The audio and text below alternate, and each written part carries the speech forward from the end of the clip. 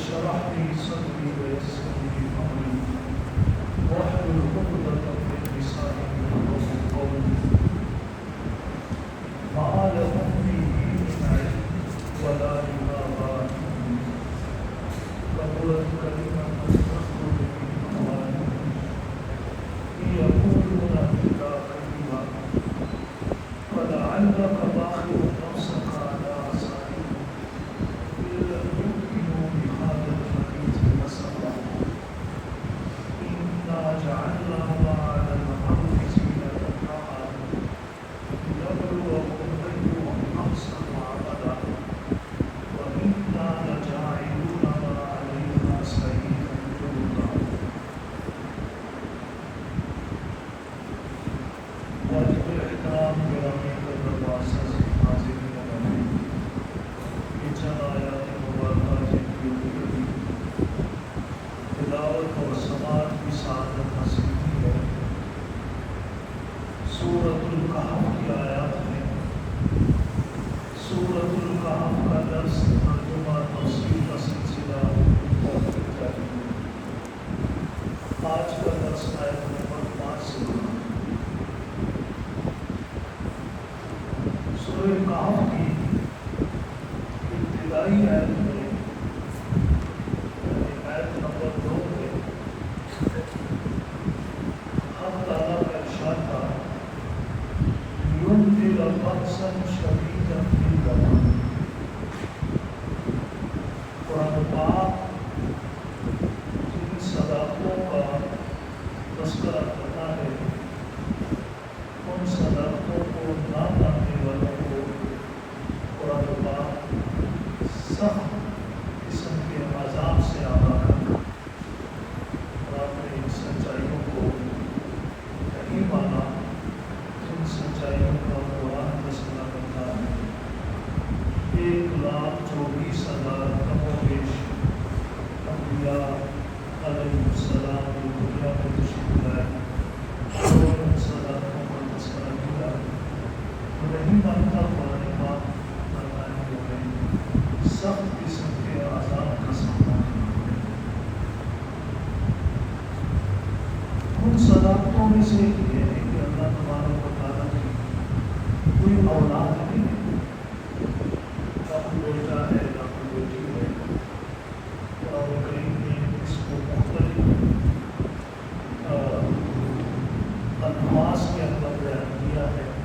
باقاعدہ سورت ہے سورۃ الاخلاص، قل هو اللہ احد اللہ الصمد لم یلد ولم یولد ولم یکن له کفوا احد۔ واضح طور پر کہا گیا کہ اللہ کا نہ کوئی بیٹا ہے نہ اللہ کا کوئی باپ ہے۔ ایک جگہ فرمایا اَنَّىٰ يَكُونُ لَهُ وَلَدٌ مَّتَّخَذَ اللَّهُ صَاحِبًا۔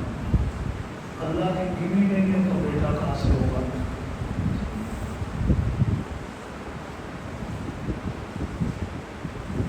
لیکن سورہ اخلاص آپ نے علماء سے سنا ہے، حدیث میں آتا ہے کہ جو آدمی سورہ اخلاص 3 مرتبہ پڑھتا ہے پورے قرآن پاک کا اللہ پاک اس کو تلاوت کا اجر عطا کرتا ہے۔ تو وہ 3 مرتبہ قرآن پاک سورہ اخلاص پڑھتا ہے، یہ اس سچائی کا اس صداقت کا گویا کہ 3 مرتبہ ذکر کرتا ہے۔ اس سچائی کو سورہ اخلاص میں بیان کیا گیا۔ اس پر اللہ پاک اتنے خوش ہوتے ہیں، اتنے خوش ہوتے ہیں، اتنے خوش ہوتے ہیں کہ 30 سپاروں کا قرآن پاک عام آدمی پڑھنے میں بھی بڑی مشکل سے پڑھتا ہے، اللہ اس کو اس کا اجر عطا کرتا ہے۔ اس کے برعکس جو انسان اس صداقت کو نہیں مانتا اور وہ بات کہتا ہے جو قرآن اور اس کو غلط قرار دیا ہے، اس پر اللہ بہت سخت آیات ہے۔ اور میں ما لهم به من علم ولا لآبائهم، یہ جو کہتے ہیں کہ یہ اللہ کا بیٹا ہے یا بیٹی ہے، اللہ نے فرمایا ان کے پاس میں اس کی کوئی دلیل نہیں ہے اور ان کے بڑوں کے پاس میں اس کی کوئی دلیل نہیں تھی۔ کبر عظیمۃ تخرج من افواہہم، یہ بہت بڑے گناہ کی باتیں ہیں جو ان کے منہ سے نکل رہی ہے. ان یقولون الا کذبا، یہ خالص جھوٹ ہے. یہاں یہ بات کو سمجھنا ہوگا. قرآن اور حدیث کے اندر جھوٹ بولنے سے منع کیا گیا، سچ بولنے کی ترغیب دی ہے اور جھوٹ سے منع کیا. حتیٰ کہ نبی کریم صلی اللہ علیہ وسلم سے پوچھا گیا کہ وہ بندہ مسلمان ہو ایمان لے آئے تو کیا وہ مومن چوری کر سکتا ہے؟ آپ نے فرمایا بعض مرتبہ انسان مجبور ہو جاتا ہے چوری کرنا. کئی گناہوں کے بارے میں پوچھا، لیکن جب آپ سے پوچھا کہ مومن جھوٹ بول سکتا ہے، جھوٹ اور ایمان یہ دو متضاد چیزیں ہیں. اس بات کو سمجھو، جھوٹ کی تعریف کیا ہے، اور سے پوچھے جھوٹ کی ڈیفینیشن بیان کرو. جھوٹ کی ڈیفینیشن کرتا ہے، جھوٹ کہتے ہیں خلاف واقعہ بات کو. ایک واقعہ پیش نہیں آیا، نہیں ہوا، اب اس کو بیان کرتا ہے کہ یہ ہوا ہے. خلاف واقعہ بیان، اب خلاف واقعہ بات کو بیان کرنے والے لوگ دو قسم کے ہوتے ہیں. ایک ہوتا ہے جو جان بوجھ کے بیان کرتا ہے، کہ ایک ایکسیڈنٹ نہیں ہوا، ایک بندہ جان بوجھ کے کہتا ہے یہ ایکسیڈنٹ ہوا ہے اور اس کو جھوٹا سمجھتا ہے. قرآن کی نظر میں، نبی کریم صلی اللہ علیہ وسلم کی نظر میں وہ بندہ بھی جھوٹا ہے کہ جو جان بوجھ کے تو جھوٹ نہیں بولتا لیکن دوسرے کی سنی سنائی بات کو آگے نقل کرتا ہے، اس کی تحقیق ہے. رسول اکرم صلی اللہ علیہ وسلم نے ارشاد فرمایا کفا بالمرء کذبا ان یحدث بکل ما سمع. انسان کے جھوٹا ہونے کے لیے کافی ہے کہ وہ سنی سنائی بات آگے نقل کرے. اور یہ اللہ کا دین ہے، اللہ نے لوگوں کی ہدایت کے لیے بھیجا ہے. دین کی پھیلانے کے لیے اللہ نے لوگوں کا جو انتخاب کیا وہ فطری طور پر ان کا اللہ نے ذوق کیسے بنایا. یہ محدثین جو حدیث جمع کرتے تھے بن جاتے تھے، پتہ چل جاتا تھا کہ اس بندے نے زندگی میں ایک مرتبہ جو سے حدیث نہیں. ہمارے سامنے بندے کے کئی جھوٹ آ جاتے ہیں، پھر بھی وہ بولتا ہے، پھر بھی سمجھتے ہیں شاید یہ سچ بول رہا ہوں. اسلامی جو طریقہ رہا اس میں ایک بندے کے ایک دو جھوٹ آپ کے سامنے آ رہے ہیں، اب وہ سچ بھی بولتا تھا اس کو جھوٹا سمجھا جائے، اس سے حدیث نہیں ہے. اور اس پر کہ مجھ پر جھوٹا ہونے کا الزام آئے، اس سے بچنے کے لیے جن لوگوں نے دین کا کام کیا اور اللہ نے ان کو قبولیت کا درجہ دیا ہے، انہوں نے اس کے لیے بڑی قربانیاں دی. امام بخاری رحمۃ اللہ علیہ بخاری شریف کو کی ہے، اہل سنت کے تمام مکتبہ فکر میں پڑھائی جاتی ہے. لوگ قریب کے نظر گھروں کے نظر میں سنتے بخاری کی حدیث سے خوش ہو جاتے ہیں، آنکھیں بند کر کے اس کو لے لیتے ہیں. امام بخاری رحمۃ اللہ علیہ کے واقعہ میں وہ سفر میں جا رہے تھے، کشتی میں سفر تھا. اس میں وہ اپنا سامان کشتی میں انہوں نے رکھنا تھا، تو اس کے لیے انہوں نے کوئی گھوڑا یا تھیلی بنائی تھی. اس میں اپنا سامان، کپڑے اور سامان ترتیب سے رکھنے کے لیے انہوں نے سامان باہر نکالا، اس کو ترتیب سے رکھا اور کوئی کشتی کے اندر ایک بندہ جو اس کشتی میں اس نے بھی سفر کرنا تھا، اس نے دیکھ لیا کہ اس میں ایک تھیلا ہے جو دینار کا بھرا ہوا ہے. اور اس نے ان سے پوچھ بھی لیا کہ مولوی صاحب یہ کیا ہے. جب کشتی میں بیٹھ گئے تو اس بندے نے بندہ سے کہا کہ میری اس طرح کی ایک تھیلی ہے، اس میں اتنے دینار ہیں، وہ گم ہو گئی. کسی نے چوری کی. آپ ایسا کریں کہ جتنے مسافر ہیں ان کے سامان کی تلاشی میں. اللہ نے اعلان کر دیا کہ اس مسافر کی ایسی سیٹ دے دی ہے اور اس میں اتنے دینار ہیں سونے کے، وہ گم ہو گئی ہے. اب ہم سامان کی تلاشی لیتے ہیں، جس سے نکلی کس کی نہیں واپس کر. تلاشی شروع ہو گئی، تھیلی نہیں ملی. اس آدمی نے کہا ہم بتا کو جو مولوی صاحب بیٹھے ہیں اس کا سامان دوبارہ چیک کریں. مولوی صاحب کا سامان دوبارہ چیک کریں اور دوبارہ تلاشی ہوئی. مولوی صاحب نے امام بخاری کو سنے گی. اب وہ تھوڑا سا کھسیانہ سا ہوا، تھیلی کسی کے پاس نہیں. کشتی جب چلی تو بعد میں وہ آیا، کہنے لگا کہ میں جھوٹا ہوں، میں نے اپنے جھوٹا الزام لگایا، لیکن یہ پتہ ہے وہ تھیلی کھا ہے. انہوں نے کہا جب تو نے الزام لگایا میں نے اپنی تھیلی دریا میں پھینکی تھی، اس لیے پھینکی تھی کہ تو جھوٹا تھا. مجھ پر ایک الزام آتا اور لوگ مجھ سے دین نہ سیکھتے. میں نے اپنا نقصان کر دیا لیکن اس الزام سے اپنے آپ کو بچانے کے لیے. آج ہم جس انداز سے نمازیں پڑھ رہے ہیں، آ رہے ہیں، جا رہے ہیں، پتہ ہی نہیں چل رہا ہمارا مقصد کیا ہے. حقیقت یہ چیزیں دیکھ کے بہت مرتبہ ہمیں اپنی نمازوں پر بھی شرم آنی شروع ہو جاتی ہے. تقوی والے لوگ تو یہ تھے، دیندار لوگ انہوں نے اپنے دین کو بچانے کے لیے دنیا کو داؤ پہ لگا دیا. آج ہم دنیا کو بچانے کے لیے دین کو داؤ پہ لگا دیا. ایسی بات قرآن پاک کو سمجھیں. قرآن کے درس میں آدمی بیٹھتا ہے تاکہ انسان کرتے ہیں قرآن اور حدیث کی روشنی میں پرورش پائے، پروان چاہیے.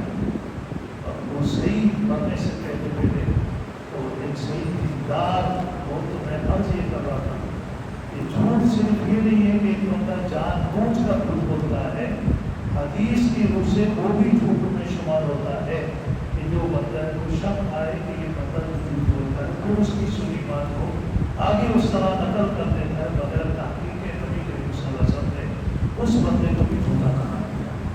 کفار کرنے کو غلطی سے بھی کرنا چاہیے. خاص طور پر بول رہے ہیں، سن رہے ہیں، کوئی بات سنتا ہے، یہ کرتا ہے، بہت زیادہ احتیاط کی ضرورت ہوتی ہے.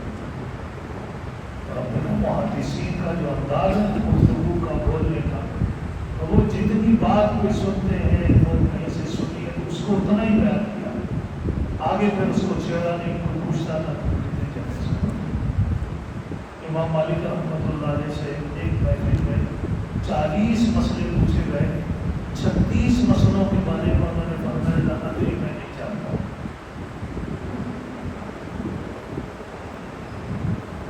قاسم بن ابی بکر بن ابی صدیق رضی اللہ تعالیٰ عنہ، یہ حضرت ابوبکر صدیق کے پوتے مدینہ منورہ کے فقہائے سبعات، 7 بڑے بڑے فقہا تھے مدینہ میں جن کا فتویٰ چلتا تھا. ان میں سے ایک قاسم بن محمد تھا.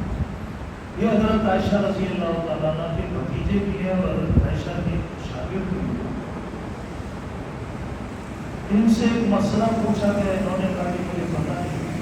اسی طرح تمہاری اتنی بڑی نسبت ہے، تمہارے دادا کو دیکھو حضرت ابوبکر صدیق کو صاحب علم تھا، پھر تمہاری خالہ، تمہاری پھوپھی حضرت عائشہ کو دیکھو، تم کہتے ہو مجھے پتہ نہیں. انہوں نے کہا بھائی بات یہ ہے کہ یہ پتہ نہ ہو، یہ کہ دینا پتہ نہیں ہے، یہ آسان ہے. پتہ نہ ہو ویسے بتانا یہ بہت بڑا کام ہے. قرآن اور نبی کریم صلی اللہ علیہ وسلم ہمارا یہ ذوق بڑھانا چاہتے ہیں، کیونکہ انبیاء علیہ السلام نے جب سے 12 عرض کیا ہے کہ انبیاء اس فطرت پر قائم ہوتے ہیں جس پر اللہ نے انسانوں کو پیدا کیا. اس فطرت سے ہمیں شیطان اور نفس ہمارا آتا ہے. آج کا ہمارا یہ معاشرہ آتا ہے، ہم دیکھ رہے ہیں وہ ایسے بول رہا ہے، میں بھی ایسے بولتا ہوں، وہ ایسے کر رہا ہے، میں بھی ایسے کر لوں کہ یہ معاشرہ میں آتا ہے. اب انبیاء علیہ السلام و تسلیم دنیا کے کسی بھی فائدے کے لیے بال برابر اپنی فطرت سے آتے ہیں، اور وہ بات جو ہماری اللہ کی رضا پانے کے لیے جو بات رکاوٹ بنتی ہے، اس بات کو بڑی واضح طور پر لوگوں تک پہنچاتے ہیں کہ یہ بات اگر آپ یہ کام کرو گے تو اس سے تمہیں اللہ کی ناراضگی کا سامنا کرنا پڑے گا، اللہ کی رحمت سے دور ہوگا، واضح دور ہوگا، تو کسی کی کوئی رعایت نہیں کرنا۔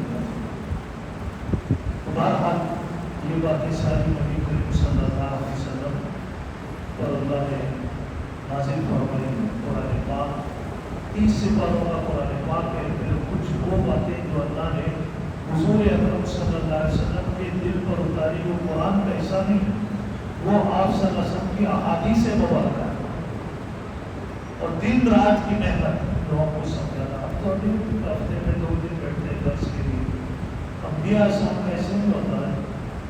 سورہ نوح پر قال انی دعوت قومی لیلا و نہارا، اللہ نے دن رات دیکھ کر کے یہ نہیں دیکھا بارش ہوئی، بارش میں بھی میں ان کے دروازوں پہ گیا، طوفان میں بھی میں ان کے دروازوں پر گیا، تپتی ہوئی دھوپ میں بھی میں ان کے پاس گیا، رات کے اندھیرے کے سناٹے میں بھی میں ان کے پاس گیا۔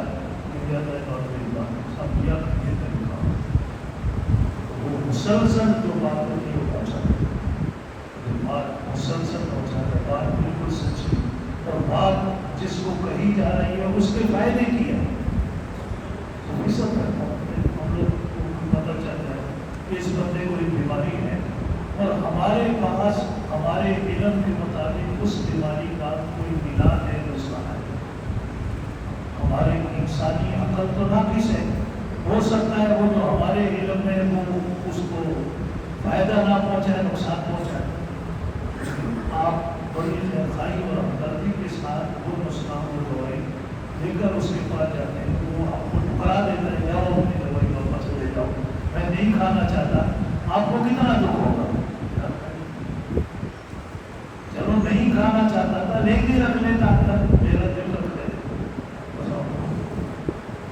انبیاء علیہ الصلوۃ والتسلیم کی دعوت 100% سے بھی بڑھ کر اگر ہے تو اس سے بڑھ کر انسانیت کے لیے فائدہ مند ہے، اور انبیاء اتنے درد کے ساتھ وہ دعوت لے کر آتے ہیں، پھر جب اس کو لوگ ٹھکراتے ہیں انبیاء کو کتنی تکلیف ہوتی ہے، اس کا اندازہ کوئی نہیں لگا سکتا۔ اللہ نے صرف اس کا ذکر کیا کہ فَلَعَلَّكَ بَاخِعٌ نَفْسَكَ عَلَىٰ آثَارِهِمْ إِن لَّمْ يُؤْمِنُوا بِهَٰذَا الْحَدِيثِ أَسَفًا، شاید کہ آپ اپنی جان کھو دیں گے ان لوگوں کے پیچھے کہ یہ آپ کی باتیں سن کر، خاص طور پہ قرآن سن کر ایمان نہیں لائے۔ ایمان کا کیا مطلب؟ قرآن جو صداقت بتا رہا ہے سو ایمان ہے۔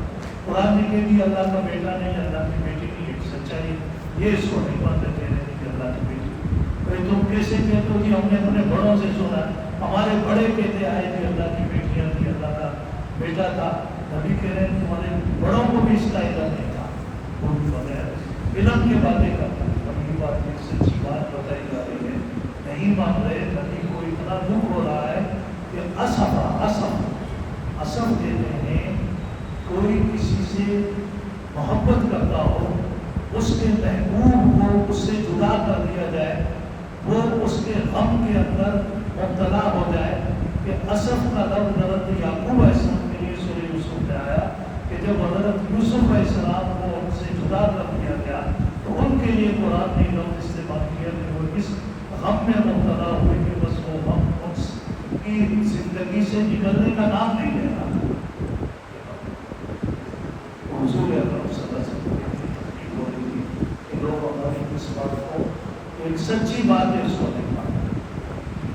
اللہ کا شکر ہے کہ اللہ نے یہ اس وقت عطا فرمائی ہے کہ یہ چیزوں سے تو اللہ نے ہمیں بچایا، لیکن اور جو ہم نے کبھی کو لایا ہے دین کے حوالے سے اللہ سے دعا کرے، اللہ مرنے سے پہلے اسلام کی